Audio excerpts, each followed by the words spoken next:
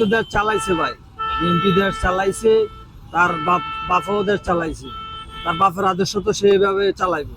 তার মা আমলে যদি কোনো নেতা কর্মী ভুল করিয়া থাকে, কিন্তু তার আমলে তো ভুল করতে পারবে না, কারণ শহীদ জিয়ার আদর্শ তো তার ভিতরে আছে। এই হিসাবে আমরা ধারণা করতেছি শহীদ জিয়ার মতোই হবে তার ছেলে। নতুন প্রজন্মের রাজনীতি তো আপনার অনেক কিছুই পরিবর্তন আসতে পারে, যে 31 সভা দিছে বিএনপি।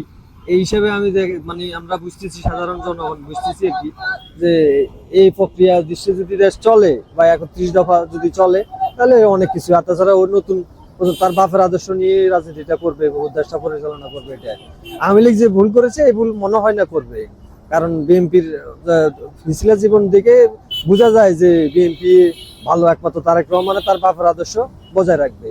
এই একটা আশা, তার মার আদর্শ বাপের আদর্শ এগুলো বজায় রাখবে। এটা এই আশা করি আমরা বিএনপিকে নির্বাচনে আমরা দেখতে চাই ইনশাল্লাহ।